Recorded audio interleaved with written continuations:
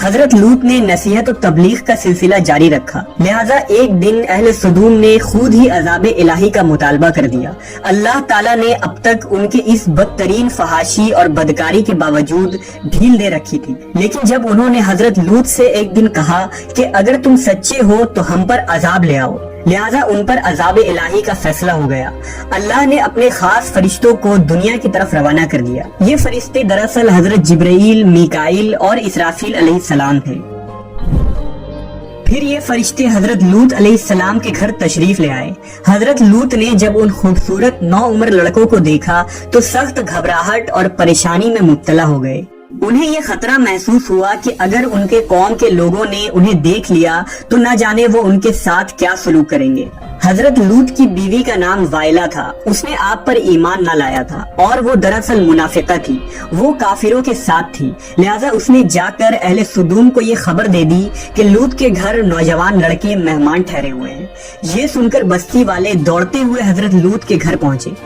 حضرت لوط نے کہا، اے قوم، یہ جو میری قوم کی لڑکیاں ہیں یہ تمہارے لیے جائز اور پاک ہیں، اللہ سے ڈرو اور مجھے میرے مہمانوں کے سامنے رسوا نہ کرو، کیا تم میں سے کوئی بھی شائستہ آدمی نہیں؟ حضرت لوط کی بات سن کر وہ لوگ بولے، تم بخوبی واقف ہو کہ ہمیں تمہاری بیٹیوں سے کوئی حاجت نہیں، اور جو ہماری اصل چاہت ہے اس سے تم بخوبی واقف ہو۔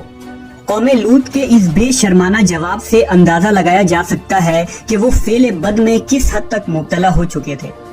جب حضرت لوط علیہ السلام کی قوم ان کے گھر کی طرف دوڑتی ہوئی آئی تو حضرت لوط نے گھر کے دروازے بند کر دیے اور ان نوجوانوں کو ایک کمرے میں چھپا دیا۔ اس بدکار لوگوں نے آپ کے گھر کا گھیراؤ کیا ہوا تھا اور ان میں سے کچھ گھر کے دیوار پر بھی چڑھنے کی کوشش کر رہے تھے۔ حضرت لوط اپنے مہمانوں کی عزت کے خیال سے بہت زیادہ گھبرائے ہوئے تھے۔